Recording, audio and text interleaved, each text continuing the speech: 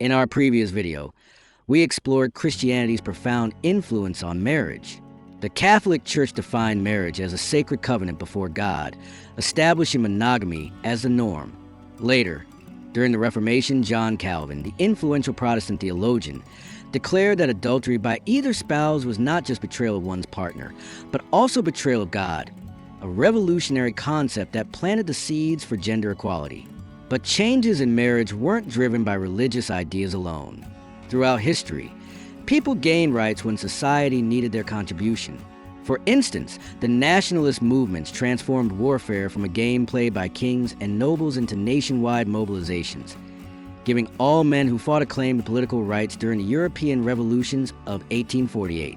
So, how did women achieve their equal rights?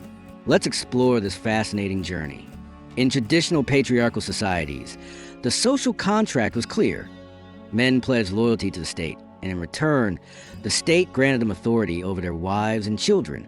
Legal systems around the world treated married women not as independent people, but as extensions of their husbands, denying the right to sue, own property, or seek divorce.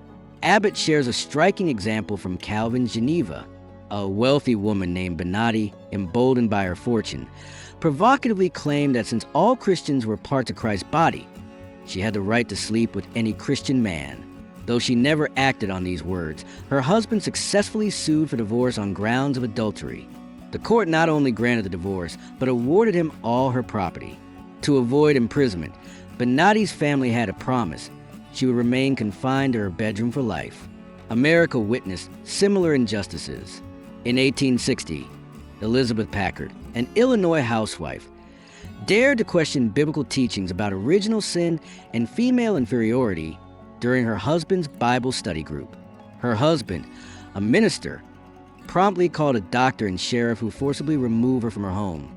The doctor cited her rapid pulse and her irrational rejection of female inferiority as evidence of insanity, committing her to a mental institution for 3 years. After her institutional confinement, Packard's husband brought her home only to nail her doors and windows shut. In an act of desperation, she threw notes out to passers-by who eventually delivered them to a judge. In the subsequent court hearing, the jury needed just 7 minutes to declare her completely sane. Packard's shocking ordeal catalyzed public outrage and legal reform. In 1869, Illinois passed groundbreaking legislation preventing husbands from committing their wives to mental institutions without court approval. This landmark law also established married women's rights to control their own income and initiate lawsuits independently, marking a crucial turning point in women's legal standing. When discussing rights, we can look at the philosopher Immanuel Kant, who categorized them into 3 essential types: political rights, economic rights, and social organizational rights. All 3 are necessary for full citizenship. After the 1848 revolutions distributed political rights among men, World War I created unprecedented opportunities for women. As men left for battle, women stepped into factories and offices, discovering economic independence. When men returned demanding their jobs back, women who had experienced life beyond domestic walls were reluctant to retreat. This tension gave birth to the modern feminist movement. Early feminists held diverse views on what women's liberation meant. Some argued that the true oppressor wasn't husbands, but the endless cycle of household labor. Modern audiences can hardly imagine the brutal reality of housework before modern conveniences. Women rose before dawn to dress children, wash clothes by hand, sift flour and bake bread, clean rooms with rudimentary tools, refill oil lamps, cook from scratch, and mend clothing, all while managing a household's complex social needs. Farm wives faced even greater burdens: tending gardens, raising animals, making dairy products, processing meats, and managing agricultural responsibilities alongside domestic ones. Every few days, they would venture to market to sell eggs in exchange for essential supplies like salt and sewing notions. In today's world of washing machines, microwave prepared foods, daycare centers, and delivery services, it's difficult to comprehend the physical toll of historical domestic life. A feminist activist from a century ago pointedly observed, "I don't remember anything beautiful in our home, not a single thing. My mother never expressed her deepest feelings and rarely kissed her children. Yet she understood her mother loved her, but was simply exhausted beyond measure. utterly drained by relentless labor. This recognition led some early feminists to propose communal dining halls in apartment buildings and advocate for kindergartens, seeking to socialize domestic responsibilities that had traditionally fallen exclusively to women. Other feminists focused on divorce freedom, but this sparked division within women's movements. When Britain passed the Matrimonial Causes Act of 1857, allowing more accessible divorce, hundreds of thousands of women protested, fearing it undermined their marital security. Similarly in America, even Elizabeth Packard, despite her abuse at her husband's hands, opposed unrestricted divorce. She believed most women sought security within marriage rather than escape from it, arguing that casual divorce not only diminished marriage's sanctity, but enabled male irresponsibility. The most forward-thinking feminists recognized that true liberation required comprehensive equality in all spheres, political, economic, and social. They understood that voting rights formed the foundation of all other rights. For who would politicians dare ignore if women held equal voting power? This now self-evident idea required tremendous courage and vision when first proposed.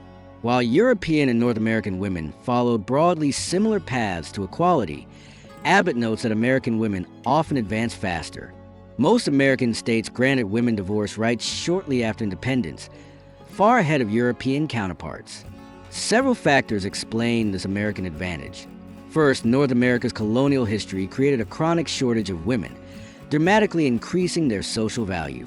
Unlike Europe, where women needed dowries to marry, even women with complicated pasts or children found marriage opportunities in America, elevating their social standing considerably. Second, America's early Protestant settlers, deeply influenced by Calvinist teachings, brought more egalitarian religious perspectives than European Catholicism. This theological difference had practical impacts. By 1910, America's divorce rate was 4 times higher than Western Europe's, reflecting greater marital flexibility. Finally, American households operated differently than European ones. A Norwegian immigrant housewife remarked with astonishment that American women accomplished tasks that would require 3 European servants. Similarly, a British immigrant to Canada was shocked when her 6 household servants questioned why she herself did not work, revealing fundamentally different expectations about labor and status. In early America, women of all but the wealthiest families actively participated in household work. Alexis de Tocqueville, the astute French observer of American democracy, noted that America's lack of rigid social hierarchies created a general equality that inevitably influenced gender relations as well. To summarize, throughout most of human history, married women were legally considered extensions of their husbands rather than independent persons. The Reformation's theological innovation subtly challenged this arrangement by establishing spiritual equality before God. The nationalist revolutions of the 19th century extended political rights to all men, while world wars drew women into economic independence. Finally, economically independent women demanded, and eventually secured, full political participation. Step by step, legal gender equality emerged from centuries of struggle. But what happened to marriage itself once women gained equal rights? Does this ancient institution still have a future in our modern world? I'm Oliver, and we'll explore these fascinating questions in our next video.